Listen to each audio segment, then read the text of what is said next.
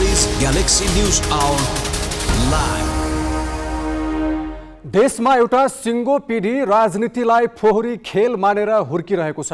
यो पुस्ता राजनीतिलाई विषाक्त देख्छ। यसका आँखामा राजनीतिक दल भनेका बेथिति र अराजकताका वैतनिक दूत हुन्। त्यही भएर यो पुस्ता सकेसम्म राजनीतिबाट टाढा रहन खोज्छ। निर्वाचनमा भाग लिन खोज्दैन, मतदानका बेला नो भोट भन्दै हिँड्छ। विश्वसँग साक्षात्कार भएर आफ्नै बाटो कुरिरहेको यस पुस्ताले गहुँरा राजनीतिक नारा भन्दा जीविकासँग जोडिने नेतृत्व खोजिरहेको छ। यस पुस्तामा राजनीतिप्रति यति धेरै घृणा उब्जनुमा दल र नेताको चरित्र नै कारक हुन्। यहाँ व्यवस्था मात्रै फेरिए अवस्था फेरिएन। यति उन्नत संघीय गणतान्त्रिक राज्य व्यवस्थामा पनि नागरिकको जीवनस्तर रसातलमा पुग्नुको जिम्मा कसले लिने? विश्वका धेरै मुलुक नीतिले चले, धनी भए र विश्व मानचित्रमा उदाए। हाम्रो मुलुक नेताले चल्यो, नेतैले राज गरे र नेतै धनी भए। अहिलेको पुस्ता त्यही बेथिति तोड्न चाहन्छ। स्थानीय तह निर्वाचनमा स्वतन्त्र र युवा प्रतिनिधिको उभार आउनुमा यही मनोविज्ञानले काम गरेको हो। दलहरू सुध्रिएनन् भने संघीय निर्वाचनमा पनि यस उभारले ठुलै चहल पहल ल्याउन सक्छ। ग्यालेक्सी न्यूज आवरमा आज आगामी संसदीय निर्वाचनको लागि युवा उम्मेदवारीको आकर्षणमा केन्द्रित हुनेछौँ।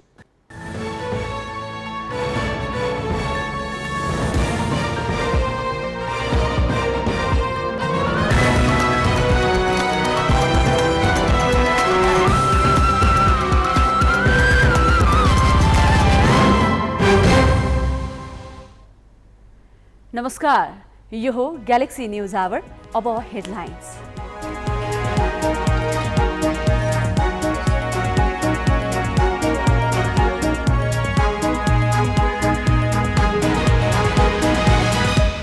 संघीय शासन व्यवस्थाको मर्म विपरीत केन्द्रमै कर्मचारी थुपार्ने क्रम रोकिएन। 3 वर्षमा 4000 भन्दा बढी दरबन्दी थपियो।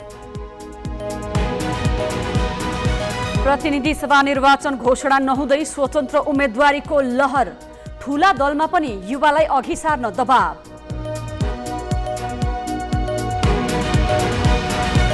न्याय परिषदमा राजनीतिक व्यक्ति हाबी हुँदा सिङ्गो न्यायालय प्रभावित भएको पूर्व न्यायाधीशहरूको ठहर। न्यायालय सुधारको लागि परिषदकै पुनर्संरचना आवश्यक। किसानले बाली लगाउने बेला पनि मल नपाएपछि संसदद्वारा सरकारको ध्यानाकर्षण। मल उपलब्ध गराउन सभामुखले गरे रोलिङ। र रुसी आक्रमणको कारण 800 युक्रेनीले शरण लिइरहेको एक रासायनिक उद्योगमा भीषण आगलागी। युक्रेनलाई थप सैन्य सहायता उपलब्ध गराउने बेलायतको घोषणा।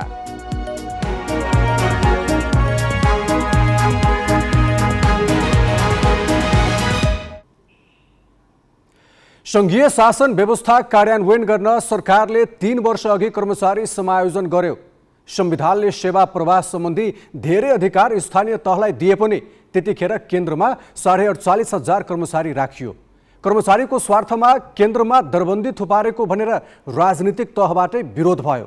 कामको चाप निकै कम भएकाले केन्द्रमा दरबन्दी कटौती गर्न छोडेर सरकारले अनावश्यक रूपमा एकपछि अर्को गरी बढाएको छ। 3 वर्षमा केन्द्रमा 4000 भन्दा बढी दरबन्दी थपेर आर्थिक भार बढाइएको छ।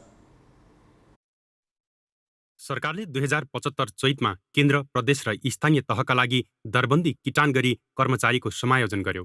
समायोजन गर्दा केन्द्रमा अनावश्यक विभाग राखिए। यस्तै मन्त्रालयहरूमा पनि कामको चाप बिनै दरबन्दी धेरै राखियो। कर्मचारीले आफ्नो स्वार्थमा दरबन्दी केन्द्रीकृत गर्न लगाएका थिए। प्रदेश र स्थानीय तहमा जानुपर्ला भनेर त्यतिखेर कर्मचारी राजनैतिक नेतृत्वमाथि हावी भएका थिए। राजनैतिक नेतृत्वले न कर्मचारीको स्वार्थ बुझ्यो, न त संविधानले नै अधिकांश सेवा प्रवाह प्रदेश र स्थानीय तहको अधिकार क्षेत्रमा गएको यथार्थलाई मनन गर्न सक्यो। बिना औचित्य केन्द्रमा 48,409 दरबन्दी राखेर कर्मचारीको समायोजन गरिएपछि राजनीतिक तहबाटै विरोध भयो। संघीय शासनका जानकारहरूले त केन्द्रमा कर्मचारी थुपारेर तल्ला तहलाई काम गर्नै नसक्ने बनाइएको भनी आलोचना गरे। त्यो गल्ती सुधार गर्नु त कता हो कता सरकारले केन्द्रमा एकपछि अर्को गरी दरबन्दी बढाइरहेको छ। समायोजन यताको 38 महिनामा 4000 भन्दा बढी दरबन्दी थपेर आर्थिक भार बढाइएको छ। अर्थ मन्त्रालयबाट स्वीकृत लिई गृह, रक्षा, परराष्ट्र लगायत मन्त्रालय तथा महान्यायाधिवक्ताको कार्यालय, अख्तियार लगायत निकायमा दरबन्दी थपिएको हो। सेवा प्रवाहको जिम्मेवारी तल्ला तहलाई दिएको अवस्थामा केन्द्रमा कर्मचारी थुपारिनु संहिताको मर्म विपरीत त हुँदै हो, राज्यको ढिकुटी रित्याउने मेलो पनि हो। होइन, उही बेला गलत हो भने मैले त म त के भने केन्द्रमा भन्दा तल चाहिँ कर्मचारी धेरै राख्नुपर्छ, नम्बर 1। नम्बर 2 प्राविधिक कर्मचारी राख्नुपर्छ। अब अरू खालका नन प्राविधिक कर्मचारीको सङ्ख्या कटौती गर्नुपर्छ। फाइल लेखेर टिप्पणी गरेर मात्रै जागिर खाने कुरालाई दक्षता मान्ने चलनलाई हटाउनुपर्छ। अबको समय भनेको त निर्माणको युग हो। होल सरकारको यत्रो खर्चहरू चाहिँ बढिरहेको छ, इकोनोमी एक्सप्यान्ड गरिरहेको छ, होइन, हाम्रो बजेटको आकार निरन्तर वृद्धि भइरहेको छ। त्यस्तो स्थितिमा चाहिँ अब टिप्पणी सदर गर्ने, टिप्पणी लेख्ने र टिप्पणी सदर गर्ने मात्रै दक्षतालाई कर्मचारीको दक्षता मान्ने जो अहिलेको परिपाटी छ त्यो अन्त्य गर्नुपर्छ। अब त निजामती ऐनै संशोधन गर्नुपर्छ। ऐन संशोधन गरेर पनि मिल्नुपर्छ। संविधान बदल्ने देशमा ऐन ठुलो कुरा हो र? सरकारले चाहँदा जहिले पनि हुन्छ नि। दरबन्दी थप गर्न अर्थ मन्त्रालयको स्वीकृति चाहिन्छ। अर्थ त्यही मन्त्रालय हो जसले हरेक वर्षको बजेट मार्फत कर्मचारी कटौती गरेर चालु खर्च घटाउने बताउँदै आएको छ। उसले यसपालिको बजेट मार्फत कम्तीमा 10% दरबन्दी कटौती गर्ने घोषणा गरेको छ। तर यो घोषणा लोक रिझ्याइका लागि मात्र भएको उसको व्यवहारले पुष्टि गरेको छ। सरकारले गठन गरेको सार्वजनिक खर्च पुनरावलोकन आयोगले 2.5 वर्ष अघि केन्द्रमा 35,000 भन्दा बढी कर्मचारी चाहिँदैन भनेको थियो। उसले केन्द्रको दरबन्दी कटौती गरी प्रदेश र स्थानीय तहमा थप्न दिएको सुझाव प्रतिवेदन कार्यान्वयन गर्नुको साटो अर्थ मन्त्रालयले दराजमा लुकाएर राखेको छ। कर्मचारीको दरबन्दी संरचना पिरामिड आकारको हुनुपर्नेमा छाता आकारको भएको भनी प्रशासन मामिलाका जानकारले आलोचना गरेका छन्। यो विभिन्न प्रशासन सुधार आयोगहरूले धेरैचोटि रिपोर्ट दिएका छन्, कर्मचारीहरूको सङ्ख्या कम गरौँ, अब ठिक्क वर्कलोडको आधारमा कर्मचारीहरू राखौँ भन्ने खालको कुरा गर्छन्। तर ओएनएम सर्वे पनि त्यति राम्रोसँग मिहिन अध्ययन गरेर आवश्यकता आधारमा भन्दा पनि अब त्यत्तिकै एउटा कर्मकाण्डी किसिमले तयार गरेको कारणले कर्मचारीहरूको दरबन्दी मिलेको छैन। अझ सुरुमा त हाम्रो पिरामिड जस्तो सङ्गठन हुनुपर्नेमा छाता जस्तो सङ्गठन भइदियो, उल्टा जस्तो। त्यसले गर्दाखेरि कर्मचारीहरूको अभाव भयो। तल केन्द्रको सङ्गठन अझै बोझिलो छ। यी विभागहरू पनि केन्द्रमा आवश्यक होइन। प्रदेशमा मन्त्रालयहरू भइसकेपछि र स्थानीय तहका सरकारहरू सक्षम भएपछि केन्द्रमा यति ठुलो बोझिलो प्रशासन राख्नुपर्ने छैन। यसलाई अझै अर्गनाइजेसन एन्ड म्यानेजमेन्ट भन्छ। सङ्गठन र व्यवस्थापन सर्वेक्षण गरेर यसलाई अझै चुस्त दुरुस्त बनाउन सकिन्छ। प्रदेशमा 22,000 दरबन्दी छ। स्थानीय तहको 67,000 दरबन्दी कामको चापका आधारमा कम हो। संघीयता कार्यान्वयन प्रत्यक्ष रूपमा सेवा प्रवाहसँग जोडिन्छ। सेवा प्रवाहमा हुने ढिलासुस्तीले व्यवस्थामाथि नै असन्तुष्टि बढ्न सक्नेतर्फ सरकार पटक्कै गम्भीर नभएको केन्द्रमा अनावश्यक रूपमा दरबन्दी थप्नुले थप उजागर भएको छ। सहकर्मी जितेन्द्र झा र अक्षर काकाका साथमा मिलन बुढाथोकी, ग्यालेक्सी फोके, काठमाडौँ। संघीयताको मर्म विपरीत सरकारले केन्द्रमा कर्मचारीको दरबन्दी बढाएको विषयमा ग्यालेक्सी संवाददाता देवराज पन्तले संघीय शासनका जानकार खिमलाल देवकोटासँग कुरा गरेका छन्। सिद्धान्तले पनि के भन्छ, जहाँ बढी ओभरलोड हुन्छ नि, जहाँ धेरै काम जिम्मेवारी पर्छ होइन, त्यहाँ पनि वित्तीय स्रोत पनि बढी चाहिन्छ। त्यसलाई काम गर्नलाई कर्मचारी पनि बढी चाहिन्छ होइन। त निश्चित रूपमा चाहिँ कर्मचारीको सङ्ख्या स्थानीय तहमा सबभन्दा धेरै चाहिन्छ।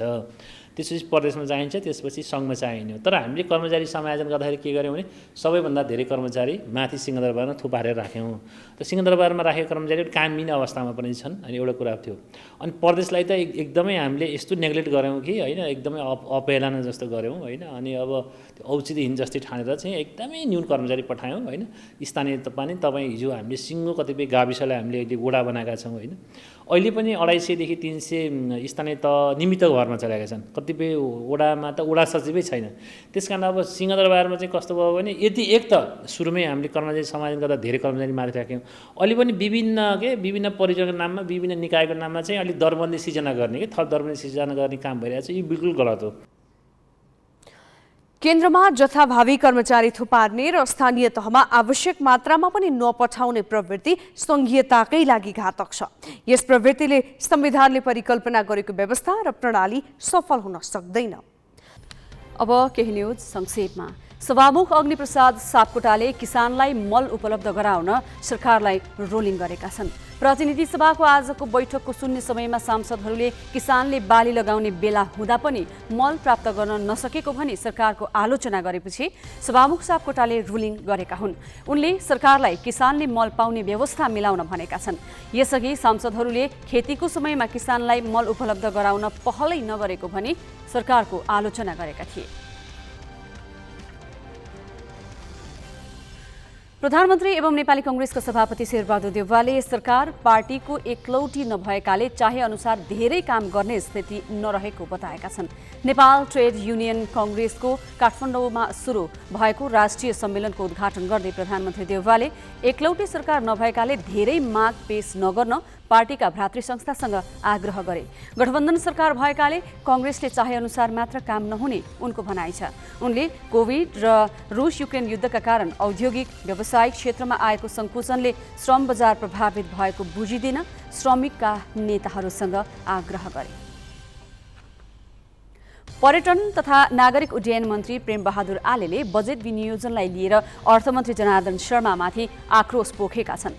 पर्यटन तथा नागरिक उड्डयन मन्त्री आलेले निजगढ विमानस्थल निर्माणका लागि छुट्याइएको बजेटलाई लिएर आज सार्वजनिक रूपमै अर्थमन्त्रीमाथि आक्रोश पोखेका हुन्।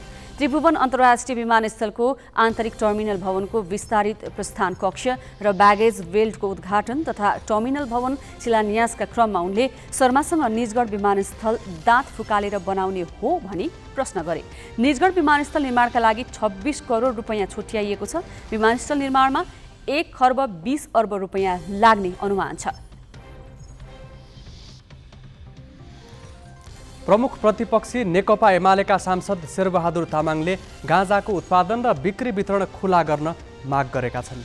एमाले सांसद तामाङले आज प्रतिनिधि सभामा स्वास्थ्य मन्त्रालयको बजेटमाथिको छलफलमा भाग लिँदै स्वास्थ्य क्षेत्र र विदेशी ऋण तिर्नको लागि गाँजाको उत्पादन र बिक्री वितरण खुल्ला गरिनुपर्ने बताए।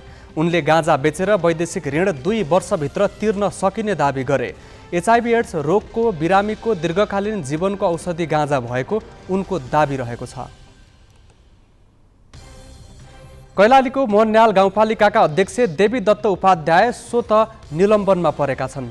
निर्वाचन आयोगको पत्रपछि उपाध्यायले भोलि हुने जिल्ला समन्वय समितिको निर्वाचनमा मतदान गर्न नपाउने भएका छन्।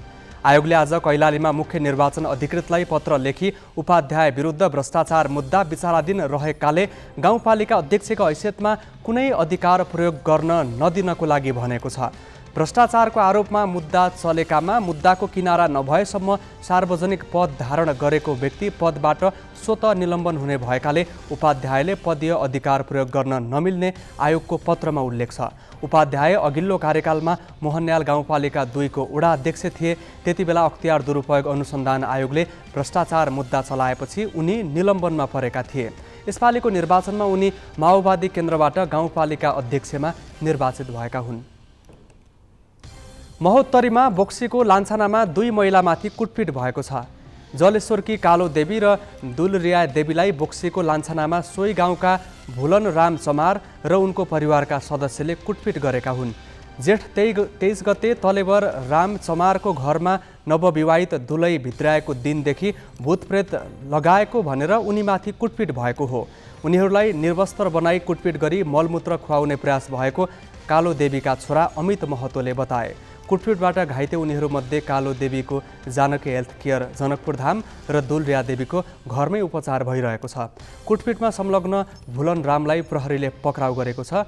उनीमाथि जान मार्ने उद्योगमा मुद्दा चलाउने तयारी भइरहेको प्रहरीले जनाएको छ। स्थानीय तहमा बालेन्द्र शाह र हर्क साम्पाङले पाएको जनसमर्थनबाट उत्साही भएर प्रतिनिधि सभामा पनि उम्मेदवारी घोषणा गर्ने लहर नै चलेको छ। यस पंक्तिमा युवा अनुहार बढी छन्। पार्टीभित्र पनि युवालाई अघि सार्न दबाव परिरहेको छ। के अबको संघीय संसदको उमेर संरचना फेरिएला त? यो प्रसङ्ग सोनिका अर्यालबाट। प्रतिनिधि सभाको निर्वाचनको मिति घोषणा गरिएको छैन। तर निर्वाचनको लागि उम्मेदवारी घोषणा गर्ने क्रम बढेको छ। खास गरी स्थानीय तहको निर्वाचनमा काठमाडौँ महानगरपालिका र धरान उपमहानगरपालिकाका प्रमुखमा स्वतन्त्र उम्मेद्वार निर्वाचित भएपछि संसदीय निर्वाचनको लागि स्वतन्त्र उम्मेदवारी गर्ने क्रम त बढेको छ नै, राजनैतिक दलका युवा नेताले पनि एकपछि अर्को गरी उम्मेद्वार बन्ने आकांक्षा सार्वजनिक गरिरहेका छन्। पार्टीको निर्णय बिना टिकट नपाइने जान्दा जान्दै युवा नेताले उम्मेदवारी घोषणा गर्नुलाई नेतृत्वमाथि दबावका रूपमा लिएको छ। सरकारले प्रदेश र संघीय संसदको निर्वाचनको मिति घोषणा नगरे पनि निर्वाचन आयोगले मङ्सिरमा गर्ने तयारी गरिरहेको छ। 2074मा मङ्सिरमै चुनाव भएको थियो।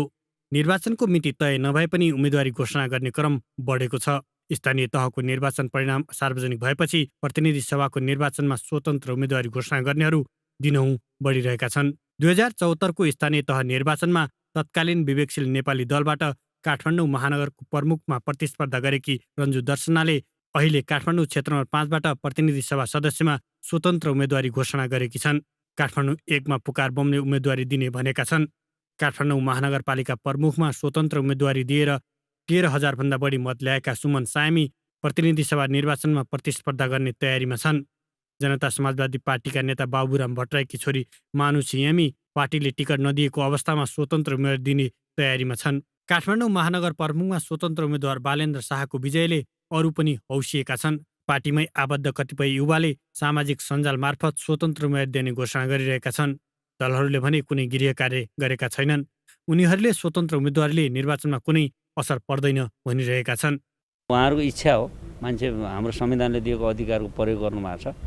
त्यो चाहिँ एकछिन अलि रमाइलो पनि हुन्छ, सम्भव भयो भने राम्रै हो उहाँहरूको लागि, तर यो सम्भव हुँदैन। काङ्ग्रेस र एमाले जस्ता घर घरमा सङ्गठन रहेका परम्परागत पार्टीका उम्मेद्वारलाई 23,000 भन्दा बढी मतले हराएर बालेन्द्र काठमाडौँ महानगरको प्रमुख चुनिए। यस्तै धरान उपमहानगरमा स्वतन्त्र उम्मेद्वार हर्क साम्पाङले पनि सत्ता गठबन्धन र एमालेकै उम्मेद्वारलाई हराएका हुन्। बालेन्द्र र हर्कको जितले स्वतन्त्र उम्मेदवारी दिन चाहने युवालाई बल पुगेको छ।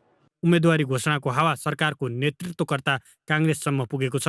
काङ्ग्रेसमा संसदीय समितिले टिकट नदिई निर्वाचनमा प्रतिस्पर्धा गर्न पाइँदैन। तर त्यो थाहा पाउँदै पनि काङ्ग्रेसका युवा नेताहरू प्रदीप पौडेल, गुरुराज घिमिरे, नयनसिंह महर, कुन्दनराज काफ्ले लगायतले निर्वाचन क्षेत्र तोकेरै उम्मेदवारी घोषणा गरिरहेका छन्। टिकटमा पुरानै नेतालाई प्राथमिकता दिने गरेको पृष्ठभूमिमा युवा नेताको उम्मेदवारी घोषणालाई नेतृत्वमाथि दबावका रूपमा लिइएको छ। होइन, त्यो अब महत्त्वाकांक्षा पनि होला। पार्टी त्यो अब उम्मेदवारहरूको पार्टीका कार्यकर्ताहरूको महत्त्वाकांक्षा पनि हुनसक्छ एउटा। दोस्रो कुरा, पार्टीभित्र धेरै अन्याय हुन थाल्यो। पार्टीका नेताहरूलाई सजग गराउनुपर्छ भनेर निर्वाचन अगाडि नै आफ्नो उम्मेदवारी घोषणा गयो भने कहीँ न कहीँ आफ्नो एडजस्टमेन्टको कुरा पनि होला। तर अहिले नै स्वतन्त्र उम्मेदवारका कारणले व्यवस्था, राजनीतिक दल र निराश हुनुपर्ने र आम नागरिकले पनि व्यवस्था ल्याएका दलहरूलाई अविश्वास गरेर व्यक्तिलाई विश्वास गर्ने पर्छ। स्थानीय तहको निर्वाचनमा दोहोर्याएर जिम्मेवारी लिन चाहने धेरैले हारे। जित्नेहरूमध्ये अधिकांश युवा र पहिलोपटक टिकट पाउनेहरू हुन्। प्रतिनिधि सभा निर्वाचनमा भने 2048 सालदेखि अवसर पाएकाहरूले अझै छोड्न मानिरहेका छैनन्। उनीहरूका कारण युवा नेताहरू प्रतिस्पर्धाबाटै वञ्चित हुँदै आएका छन्।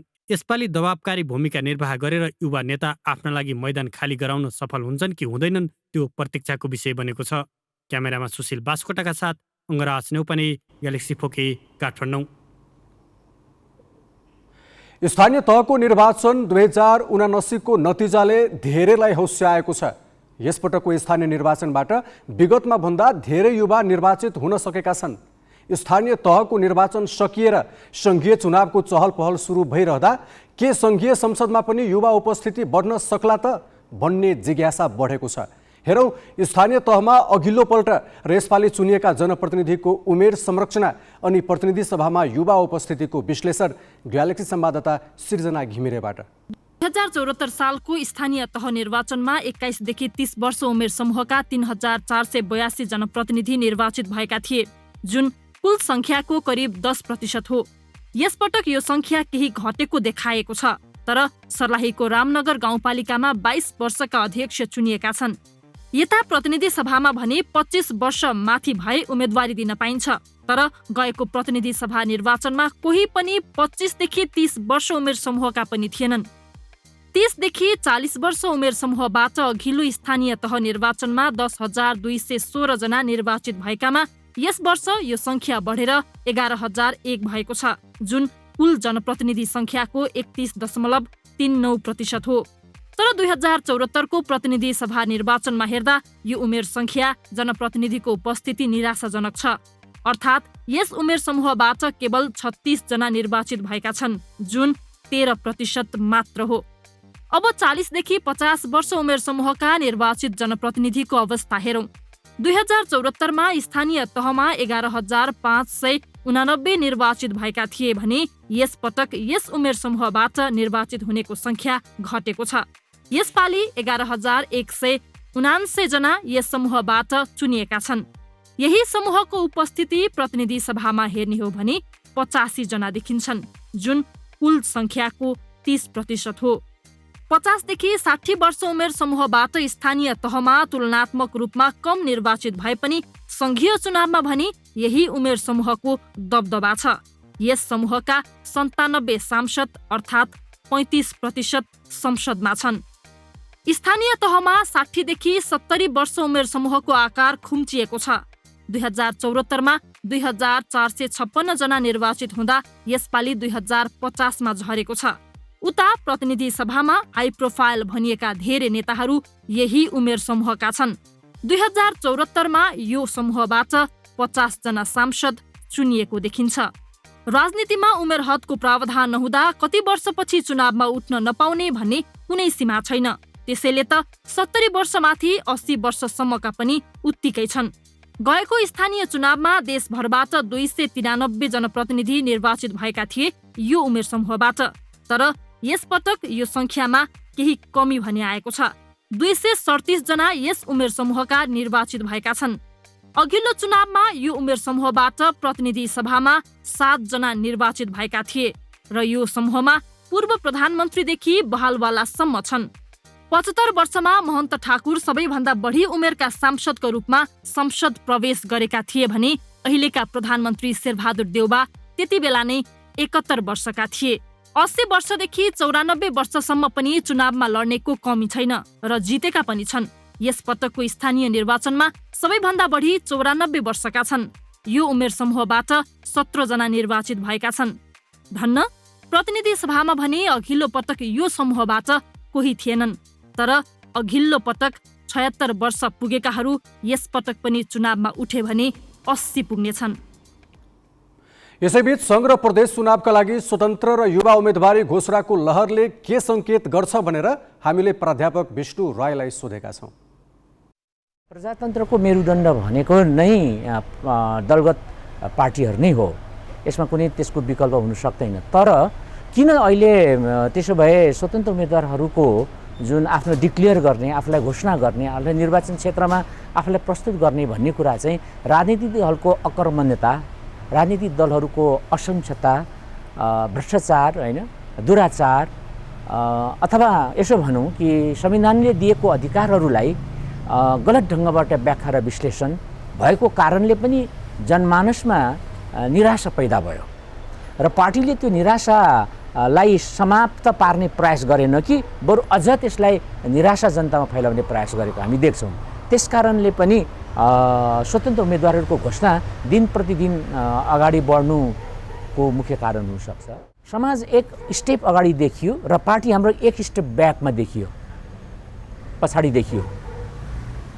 युवाहरू गतिशील देखा परे तर नेताहरू गतिशील डाइनामिक हुन सकेनन्। त्यसले गर्दाखेरि जनताको माग भन्दा पनि अहिलेको आएको गतिशील युवाहरूको मागलाई पार्टीका नेताहरूले परिपूर्ति गर्ने प्रयास गर्ने सम्भावना कम देखियो। त्यसको कारण के देखियो भने आज हामी देखिरहेछौँ कि 30 वर्ष अगाडिका नेताहरूलाई अहिले पनि भोटै हाल्नुपर्ने अवस्था छ। 30 वर्षका युवाहरू त अहिले कहाँ पुगिसक्यो, उसको माग, उसको समय, उसको सञ्चार त फरक भएर गइसक्यो। त्यसकारण पनि ओल्ड एजका अथवा वृद्ध उमेरका देखा परेका जुन पार्टीका विभिन्न नेताहरू छन् उनीहरूप्रतिको नयाँ युवाहरूको वितृष्णा देखा पनि परेको हुनसक्छ।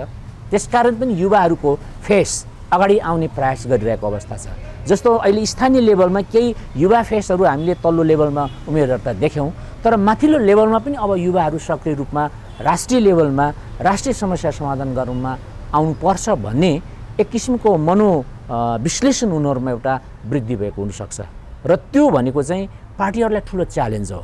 अब पार्टीले ती कुराहरूलाई संश्लेषण गर्न सकेन भने पार्टीहरू नयाँ युवाको उम्मेदवारीको हिसाबमा कम्पिटिसन गर्न सक्दैन भन्ने कुरा त केही स्वतन्त्र उम्मेदवारहरूबाट हामीले देख्यौँ। मुलुक सञ्चालनको यति लामो कालखण्डमा पनि नागरिकप्रति कहिल्यै उत्तरदायी नभएको नेतृत्वले यस पुस्तालाई आशा जगाउने कामै गरेन।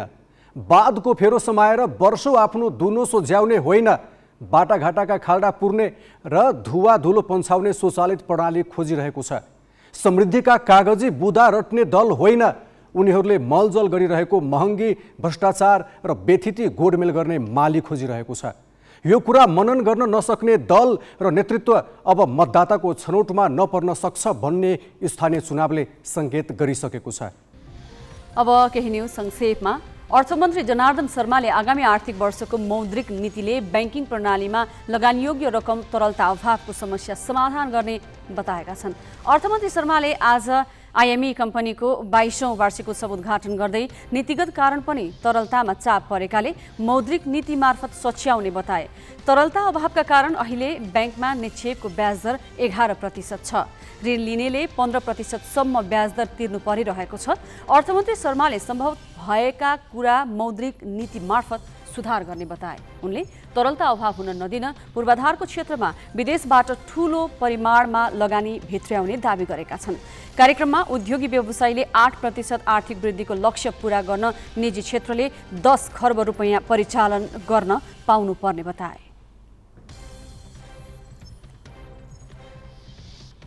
रुसले गरेको आक्रमणका कारण सेभेरोडोन्स्क सहरस्थित अजट रासायनिक उद्योगमा भीषण आगलागी भएको छ। 800 मानिसले शरण लिइरहेको उद्योगमा रुसले गोलाबारी गरेपछि आगलागी भएको हो। रुसी आक्रमणबाट बच्न उनीहरूले उद्योगमा शरण लिएका थिए। युक्रेनको राजधानी किएभ सहितका सहर कब्जा गर्न विफल भएपछि रुसले लुहान्स्क र दानिएस्क क्षेत्रमा आक्रमण केन्द्रित गरेको अन्तर्राष्ट्रिय सञ्चार माध्यमले जनाएका छन्। सेभेरोडोनेस्क र लिसिचान्स्क कब्जा गरेपछि लुहान्स्क कब्जा गर्न सहज हुने आकलनसहित रुसले अहिले ती सहरमा सम्पूर्ण शक्ति केन्द्रित गरेको समाचारमा उल्लेख छ। यसैबीच बेलायतले युक्रेनलाई थप सैन्य सहायता गर्ने भएको छ। बेलायतका रक्षा मन्त्री बेन वाल्सले युक्रेनलाई थप सैन्य सहायता उपलब्ध गराउने घोषणा गरेका हुन्। अफगानिस्तानको उत्तरी तखार प्रान्तमा इस्लामिक स्टेट खोरासान र आइएसआइए का प्रमुख कमान्डर युनुस उज्बेकिस्तानी सहित 8 लडाकु मारिएका छन्। आइएसआइए का 8 लडाकु गुप्तचर महानिर्देशनालयको विशेष कारबाहीको क्रममा मारिएको तालिबान नियन्त्रित प्रशासनका प्रमुख प्रवक्ता अजिहुल्लाह मुजाहिद उद्धृत गर्दै अन्तर्राष्ट्रिय सञ्चार माध्यमले जनाएका छन्। त्यस्तै थप 3 जनालाई नियन्त्रणमा लिएको समाचारमा उल्लेख गरिएको छ। उनीहरू लुगेको ठाउँ पनि नष्ट गरिएको मुजाहिदले बताएका छन्। 12 वर्ष मुनिको आइटिएफ एसिया टेनिस च्याम्पियनसिप भोलिदेखि सातोबाटो स्थित टेनिस कम्प्लेक्समा हुँदैछ। च्याम्पियनसिपमा दक्षिण एसियाका 7 देशका खेलाडीले प्रतिस्पर्धा गर्नेछन्। प्रत्येक राष्ट्रबाट 6 खेलाडी सहभागी हुनेछन्। पुरुष र महिलातर्फ 3-3 खेलाडीले टिम स्पर्धामा प्रतिस्पर्धा गर्नेछन्। पाकिस्तानबाट भने महिला टिमको सहभागिता हुने छैन। पहिलो र दोस्रो हुने देश काजाकिस्तानमा हुने फाइनल प्रतियोगिताको लागि छनौट हुनेछन्। न्यायालयका व्यथितिमाथि बहस भइरहँदा समस्याको मूल ढोका न्याय परिषद देखिएको छ। न्यायाधीश नियुक्तिदेखि नै चलखेल हुने भएकाले अब यस निकायको संरचना नै फेर्नुपर्ने आवाज उठेको छ। बाँकी विनय कुमारबाट। प्रधान न्यायाधीश नै गम्भीर आरोपले घेरिएपछि महाभियोग प्रस्तावका कारण निलम्बित भएर बस्नु परेको छ। त्यस्तै अरू पनि न्यायाधीशका आचरण र फैसला विवादित बनेका छन्। अर्थात् न्यायिक व्यथिति नियन्त्रणको विषय अहिले निकै पेचिलो बनेको छ। यही सन्दर्भमा आज राजधानीमा आयोजित एक कार्यक्रममा पूर्व न्यायाधीशदेखि कानुनविद एवं प्राज्ञिक क्षेत्रका प्रतिनिधिहरूले न्याय परिषदको भूमिका फितलो हुँदा अहिलेको अवस्था आएको बताएका छन्। साथै न्यायिक व्यथिति अन्त्यका लागि पहिला न्याय परिषदकै संरचना हेरफेर गर्नुपर्ने बलियो मत देखिएको छ। प्रधान न्यायाधीश बाहेक सर्वोच्च सहित सबै तहका अदालतमा न्यायाधीश नियुक्ति न्याय परिषदको सिफारिसमा हुन्छ। परिषदमा प्रधान न्यायाधीश अध्यक्ष रहन्छन् भने वरिष्ठतम न्यायाधीश र कानुन मन्त्री पदेन सदस्य हुन्छन्। यस्तै विज्ञ कानुन व्यवसायी भनेर एकजना प्रधानमन्त्रीले र अर्को एकजना नेपाल बार एसोसिएसनले सिफारिस गरी सदस्य नियुक्त हुन्छन्। अर्थात् प्रधान न्यायाधीश र वरिष्ठतम न्यायाधीश बाहेक बाँकी 3 जना राजनीतिक व्यक्ति हुने भएकाले यो संरचना रहेसम्म अदालत राजनीति निरपेक्ष हुन नसक्ने पूर्व न्यायाधीशहरूको तर्क छ। कम से कम अरूलाई त छोड्नु भएन न्यायपालिका त छोड्नुस् भन्ने हिसाबले अनि पूर्ण रूपमा हामीले कार्यपालिकाबाट स्वतन्त्र राखौँ। त्यति मात्रै होइन, व्यवस्थापिकाबाट पनि हामीले स्वतन्त्र राख्नुपर्ने अवस्था किन पर्यो भने संसदीय सुनवाईबाट जुन किसिमको अहिलेको अभ्यास छ त्यसमा केवल बार्गेनिङ हुन्छ। आजको दिनमा हामीले रणनीतिक योजनाको स्टडी गऱ्यौँ, सर्वोच्च अदालतको वार्षिक प्रतिवेदनहरू स्टडी गऱ्यौँ र अहिले रिसेन्टली माननीय न्यायाधीश हरिकृष्ण कार्कीको रिपोर्ट अध्ययन गरेर हेर्दाखेरि उहाँले त निष्कर्ष दिन सक्नु भएन, अध्ययन गर्नुपर्ने भनेर भन्नुभयो। तर जुरिस्डिक्सनको जुन अवस्था छ हाइकोर्टलाई अब चेन्ज नगर्ने हो भने यो सुप्रिम कोर्ट नयनबहादुर खत्री श्रीमानको भाषामा भन्ने हो भने यो सुप्रिम कोर्ट आफ्नो कार्यबोझले आफै नै भाषिन्छ। आजको दिन त भाषिसकेका छ। न्याय परिषदले अहिलेसम्म गरेका अपवाद बाहेक कुनै न्यायाधीश नियुक्ति विवाद रहित बन्न सकेका छैनन्। कतिपय त नियुक्ति लगत्तै लर्को लागेर पार्टी कार्यालयमा कृतज्ञता ज्ञापन गर्न पुगे। केही सदस्यले त परिषदलाई आफै सर्वोच्च अदालतको न्यायाधीश बन्ने भर्याङ बनाउन खोजे। जिम्मेवार निकायमा बसेर आफ्नो दुनो सज्याउने खेलमा लाग्दा पनि न्याय क्षेत्र अहिलेको अवस्थामा आइपुगेको धेरैको ठम्याइ छ। न्याय परिषदको संरचनाको बारेमा यहाँ जो कसैलाई राखे पनि सबै बालवाला अथवा पूर्व अथवा सबै वकिल या सबै पत्रकार या सबै पोलिटिसियन राख्दा पनि के फरक पर्दैन। त फरक पर्छ कहाँबाट हुँदा उहाँहरूको काम गराइबाट उहाँहरूले गर्ने निर्णयबाट फरक पर्ने हो। त्यसले गर्दाखेरि अहिले न्याय परिषद हामी संशोधन गर्ने कुरा गरिरहेछौँ। यो संशोधन गर्नु जरुरी नै छैन। कानुन व्यवसायहरूबाट भएको नियुक्ति चाहे उच्च अदालतको होस् चाहे सर्वोच्च अदालतको होस् चाहे न्याय परिषदमा नेपाल बारको प्रतिनिधित्व होस्, यो प्रतिनिधित्वको कारणले गर्दाखेरि निजी कानुन व्यवसायहरूको प्रवेश न्यायपालिका वा न्याय परिषदमा भएको कारणले विकृति र विसङ्गति भित्रिएको हो भन्ने निष्कर्षमा पुगेको छ। अब यसको रिसर्चकै आधारमा यो निष्कर्ष निकालिएको होला, त्यही भएर हाम्रो टिप्पणीलाई मैले सर्फेसियल भनेको हो। त्यसो आउनाले त्यसमा म पर्सनल्ली अहिलेलाई चाहिँ त्यसमा सहमत हुन सक्दिनँ। मेरो ठम्याइ कहाँ छ भने अहिले न्यायपालिका लगायत सबै क्षेत्र आक्रान्त छ। हामी सबै जिम्मेवार नभएर आफ्नो मात्र दुनो सझ्याउने नियतले अगाडि बढ्दोको अवस्थामा मलाई जबसम्म हामी सचिन्नौँ, हामी आफ्नैमा सुधार हुँदैन, संविधान कानुन अरू कुरामा संशोधन या सुधार गरेर हामी त्यो मन्जिलमा पुग्न सक्दैनौँ जस्तो मलाई लाग्छ। न्यायालयभित्रका विकृति नियन्त्रण गर्नुपर्ने मुख्य निकाय न्याय परिषद हो। तर यही निकाय कमजोर र स्वार्थ समूहबाट प्रभावित भएमा सिङ्गो न्यायालय विवादित बन्न पुग्छ। त्यसैले अब न्यायालय सुधारको सुरुवात न्याय परिषदबाट हुनुपर्ने देखिन्छ। क्यामेरामा सञ्जय घिमिरेका साथ बासु खड्का, ग्यालेक्सी पोके, काठमाडौँ। एउटै अभियोग लागेका मानिस छुटिसके तर कुकुरले थुनामा सजाय भोगिरहेको छ। सुन्दा अचम्म लाग्ने घटना भएको छ मुगुमा। चोरी सिकारीमा संलग्न भएको आरोपमा एउटा कुकुर 2 महिनादेखि थुनामा छ। कार्मारोङ गाउँपालिकाको चितै गाउँमा पर्ने सेफोक्सुन्डो राष्ट्रिय निकुञ्ज वन क्षेत्रमा जङ्गली जनावर घोरल चोरी सिकारी गरेको आरोपमा प्रहरी चौकी पुलु मुगुले 4 जना व्यक्ति सहित सिकारी कुकुर पक्राउ गरेर डिभिजन वन कार्यालय मुगुलाई बुझायो। फागुन 24 गते पक्राउ परेका चेम्पा तामाङ, टासी तामाङ, दावा छोर्केन तामाङ र छिमेक तामाङ सहित उनीहरूका साथमा रहेको सिकारी कुकुरलाई जङ्गली जनावर चोरी सिकारी आरोपमा डिभिजन वन कार्यालयले मुद्दा चलायो। जिल्ला अदालत मुगुको आदेशबाट चेम्पा तामाङ र दावा छोर्देन तामाङ जेठ 12 मा जनही 70,000 रुपियाँ धरौटीमा रिहा भए भने टासी तामाङ र छिमेक तामाङ साधारण तारिखमा छुटे। तर प्रतिवादी नभएको कारण देखाउँदै डिभिजन वन कार्यालय मुगुले सिकारी कुकुरलाई अझै पनि थुनामै राखेको छ। हामीले एकदम सुरक्षित साथ कुकुरलाई उसको बारेमा केही पनि नखुल्या हुनाले चाहिँ हामीले चाहिँ कुकुरलाई सुरक्षित राखेछौँ। कसैलाई पनि नबुझाएर सुरक्षित हाम्रै कन्ट्रोलमै संरक्षणमै राखेछौँ, हाम्रै वन कार्यालयमै राखेछौँ। डिभिजन वन कार्यालय मुगुले चोरी सिकारी गरेको आरोपमा सिकारी कुकुरसहित 4 जनाको नाममा मुद्दा दर्ता गरेको भए पनि जिल्ला अदालतले कुकुरको विषयमा केही नबोलेपछि कुकुरलाई थुनामा राखेको बताएको छ। राष्ट्रिय निकुञ्ज तथा वन्यजन्तु संरक्षण ऐन 2029ले शिकारी कुकुर नियन्त्रणमा लिँदा मुद्दा किनारा नहुँदै मुद्दा हेर्ने अधिकारीको आदेशले मार्न सकिनेछ भन्ने प्रावधान भए पनि कुकुरका विषयमा अदालतबाट कुनै आदेश नआएकोले त्यत्तिकै छाड्ने वा मार्ने भन्ने टुङ्गो नलाग्दा थुनामा राख्नु परेको डिभिजन वन कार्यालय मुगुले बताएको छ। थुनामै रहेको कुकुरको हेरविचार भने डिभिजन वन कार्यालय मुगुले नै गरिरहेको छ। ग्यालेक्सी फोकेका लागि मुगुबाट कमल विकको सहयोगमा सुदीप पुरीको रिपोर्ट।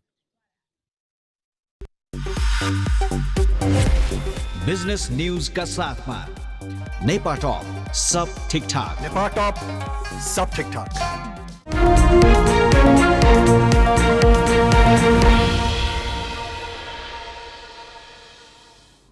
नेपाल इन्भेस्टमेन्ट र मेगा बैंक बीच शुक्रबार एक आपसमा गाभिने सम्झौता भयो। व्यवसायिक आवश्यकता र कम्पनीको सबलताका लागि नियामक निकायले बिग मर्जरको लहर चलाएपछि यी बैंक बिग मर्जरमा गएका हुन्। अहिलेसम्म 16वटा कम्पनी मर्जर प्रक्रियामा छन्, तर प्रक्रिया नटुङ्गिदासम्म सेयर बिक्री गर्न नपाउने गरी बन्धक बनाउने परिपाटीले सेयर धनी मारमा परिरहेका छन्।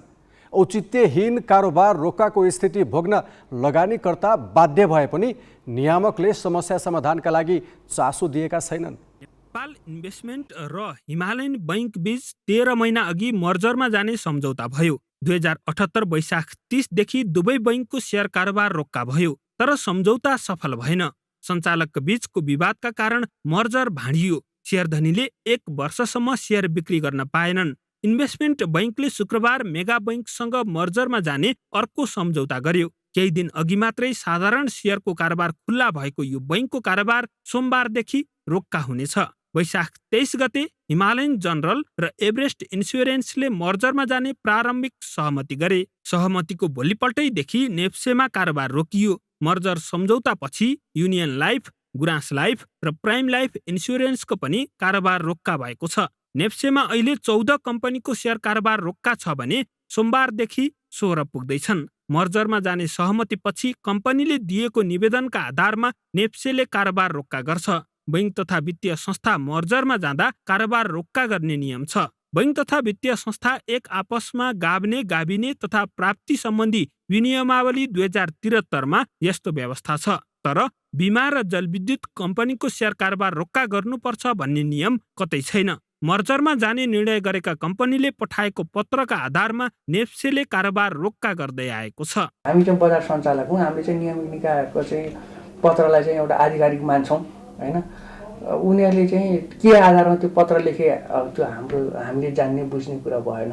तर चाहिँ हामीले पत्र त हेऱ्यौँ त्यहाँ कि यो फलाना कम्पनीहरूको चाहिँ कारोबार के अरे यो मर्जर एक्विजिसनको लागि चाहिँ एग्रिमेन्ट भएको छ, त्यसकारण चाहिँ यो कारोबार रोकाएर राखिदिनु भनेर चाहिँ बेहोराको त्यस्तो पत्र आउँछ। उनीहरूले त्यो आफ्नो निवेदन कम्पनीहरूले निवेदन त्यसैलाई संलग्न गरेर लिएर आउँछन्। भनेपछि हाम्रा लागि चाहिँ कतिपय अवस्थामा के हुन्छ भन्दाखेरि नियामक निकायको निर्देशन पनि नियम सरह नै हुन्छ हैन। त्यही कारणले हामी अहिलेसम्म फलो गर्दै आएको चाहिँ त्यो हो।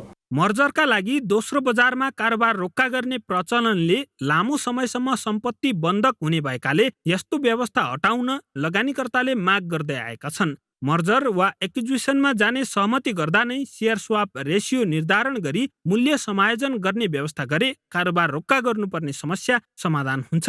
कुनै पनि प्राइसको एडजस्टमेन्ट गर्न भओस् अथवा हैन त्यसको स्वाप रेसियो इन्डिकेट गरेर त्यसलाई मार्केटमा प्राइस एडजस्टमेन्ट गर्नको लागि केही समयको लागि त्यसलाई रोक्का गर्नै पर्छ।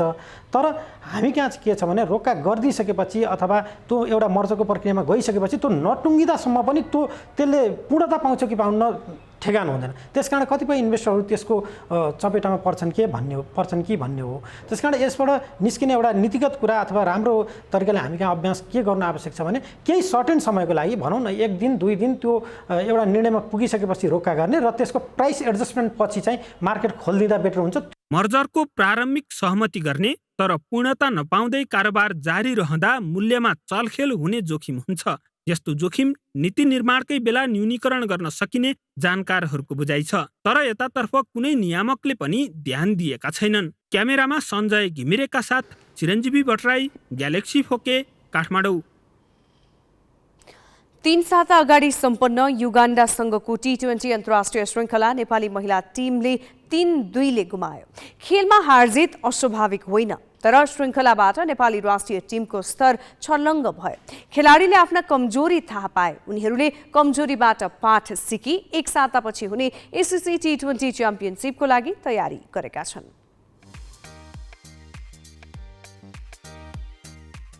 युगाण्डासँगको श्रृङ्खला दौरान आधारभूत सिप, फिटनेस र फिल्डिङमा नेपाल अत्यन्तै कमजोर देखियो। टिमले 100 रन कटाउन सङ्घर्ष गर्नु पर्यो। खराब प्रदर्शनका थुप्रै कारणमध्ये प्रमुख हो एक्सपोजर। न पर्याप्त मात्रामा घरेलु प्रतियोगिता भइरहेको छ, न त खेलाडीले अन्तर्राष्ट्रिय प्रतियोगितामा सहभागिता जनाउन पाएका छन्। यो पटक भने खेलाडीहरू घरेलु प्रतियोगितामा प्रायोजकको ध्यान तान्ने योजनामा छन्। यसअघि देखिएका कमजोरी सुधार गरी एसिसी टी20 च्याम्पियनसिपमा सक्दो राम्रो प्रदर्शन गर्ने उनीहरूको तयारी छ। डेफिनेटली हामीले पनि केही रिजल्ट दिनु नसकेर सायद स्पोन्सरहरू आउनु नसकेको पनि हुनसक्छ होइन। सो त्यसमा हामीलाई पनि अब एउटा फिलिङ चाहिँ छ कि हामीले पनि आखिरमा ट्रफी चाहिँ दिन सकेका छैनौँ, एउटा रिजल्ट दिनु सकेको छैनौँ। अब कसरी म्याचेसहरू बोलाउने होला होम ग्राउन्डमा भन्ने कुराहरू पनि हुन्छ, तर त्यसैको लागि हामीलाई फिल भयो कि हामीले जबसम्म रिजल्ट ल्याउँदैन रहेछौँ तबसम्म हामीलाई चाहिँ त्यो माथि अपलिट लेभलमा हामीले आफूलाई नदेख्दा नि हुने रहेछ भन्ने हामीलाई चाहिँ फिल भयो। सो त्यो फिलिङले चाहिँ अब खेल्छौँ हामी त्यही फिलिङले। युगाण्डासँगको श्रृङ्खला पछिको बन्द प्रशिक्षणमा नेपालले फिटनेसलाई बढी केन्द्रित गरेको छ। फिल्डिङमा पनि ध्यान दिएको छ। फिटनेस किन लकिली ट्रेनर पनि अहिले हामीसँग भएकोले होइन, सिनियर टिमलाई पनि हेर्ने उता भएर फिटनेसमा पनि काम गरिरहेको छौँ। मर्निङ सेसनमा फिल्डिङमा पनि काम गरिरहेको छौँ। Skill wise as a whole भनौँ द म्याक्सिमम् हामीले भनौँ न फिल्डिङ र फिटनेसमा त म्याक्सिमम् गरेको छौँ र स्किलमा पनि बढी काम गरिरहेछौँ। सो बेटर छ, अघि लास्ट युगाण्डाभन्दा अलिकति चाहिँ बेटर नै छ अहिले। टिममा अनुभवी र युवा खेलाडीको मिश्रण छ। कप्तान रुबिना छेत्री, सीता राणा मगर, सरिता मगर लगायत सिनियर खेलाडीसँग दशक लामो अनुभव छ। तर राष्ट्रिय महिला टिमले अन्तर्राष्ट्रिय स्तरमा अहिलेसम्म एउटै उपाधि जित्न सकेको छैन। यसले उनीहरूलाई पनि पिरोलेको छ। यो पटक टिम सामु उपाधि जित्ने र एसिया कपका लागि छनौट हुने अवसर रहेको छ। च्यालेन्ज त अब डेफिनेटली छ एउटा होइन, किन भनेपछि अब लामो समय भयो अब वुमेन्स क्रिकेटमा एउटा ट्रफी ल्याउन सकेको छैनौँ हामीले होइन। त्यो हामीलाई दुःख छ, एज आई सेड त्यो हामीलाई भन्दा धेरै दुःख कसलाई होला भन्नेले त क्वेसन गर्छ, भन्छ ऊ त गर्छ, यो गर्छ त्यो गर्छ, तर हामीलाई त्यो भित्र घाउ चाहिँ हुन्छ। मेरो लागि त च्यालेन्ज डेफिनेटली अब आफ्नो पर्फर्मेन्स पनि आफूलाई अलिकति माथि पनि गर्नुपर्ने छ होइन। प्लस अब टिमलाई अब यो चोटि चाहिँ खाली हात फिर्ता नगर्नुपर्ने छ, त्यही च्यालेन्ज हो। जित निकाल्न त्यति सहज पक्कै हुने छैन। नेपालले निकै सुधारिएको खेल प्रदर्शन गर्नुपर्नेछ। युवा खेलाडीको प्रदर्शनमा पनि नतिजा फरक पर्नेछ। अनुभवी बलर करुणा भण्डारीले चोटको कारण टिममा स्थान बनाउन सकिनन्। युवा स्पिनर हिरण्यमयी ट्राभल डकुमेन्ट नबनेपछि टिमबाट बाहिर रहिन्। यसले केही चुनौती थपिएको छ। रिन्नेको भनौँ न फर्स्ट टाइम मैले जब उसको गेम हेरेँ त्यहाँ धनगढीमा त्यो लाग्यो कि यहाँ वुमेन्स क्रिकेटमा पनि एउटा लेग स्पिनर चाहिँ आयो भन्ने कुरा खुसी लागेको थियो। मिस भन्दा पनि मैले के भन्दैछु भने चाहिँ त्यो एउटा टिमको ब्यालेन्स हुन्छ नि, त्यो ब्यालेन्स चाहिँ अलिकता तलमाथि भयो होइन। तर त्यो चाहिने केटी हो कि टिममा आजको डेटमा, त्यो त म यहीँबाट भन्छु, चाहिने केटी हो। असार 3 देखि मलेसियामा हुने च्याम्पियनसिपमा 10 देशले प्रतिस्पर्धा गर्नेछन्। नेपाल समूह खमा बहराइन, भुटान, हङकङ र कुवेतसँग रहेको छ। लिकम नकआउटको आधारमा हुने च्याम्पियनसिपबाट 2 देश टी20 एसिया कपका लागि छनौट हुनेछन्। नेपाल भने यो पटक च्याम्पियन बन्दै छनौट हुने दाउमा रहेको छ। हामी ग्यालेक्सी न्युज आवरको अन्त्यमा छौँ। जाँदा जाँदै हेडलाइन्स।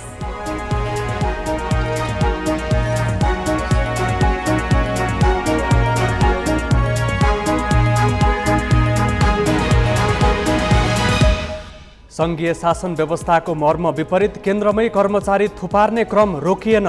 3 वर्षमा 4000 भन्दा बढी दरबन्दी थपियो। प्रतिनिधि सभा निर्वाचन घोषणा नहुँदै स्वतन्त्र उम्मेदवारीको लहर। ठूला दलमा पनि युवालाई अघि सार्न दबाव। न्याय परिषदमा राजनैतिक व्यक्ति हाबी हुँदा सिङ्गो न्यायालय प्रभावित भएको पूर्व न्यायाधीशहरूको ठहर। न्यायालय सुधारको लागि परिषदकै पुनर्संरचना आवश्यक। किसानले बाली लगाउने बेला पनि मल नपाएपछि संसदद्वारा सरकारको ध्यानाकर्षण। मल उपलब्ध गराउन सभामुखले गरे रुलिङ। र रुसी आक्रमणको कारण 800 युक्रेनीले शरण लिइरहेको एक रासायनिक उद्योगमा भीषण आग लागि। युक्रेनलाई थप सैन्य सहायता उपलब्ध गराउने बेलायतको घोषणा।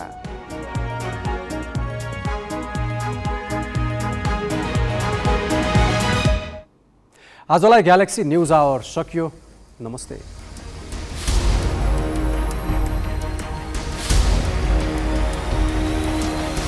This is Galaxy News Hour Live.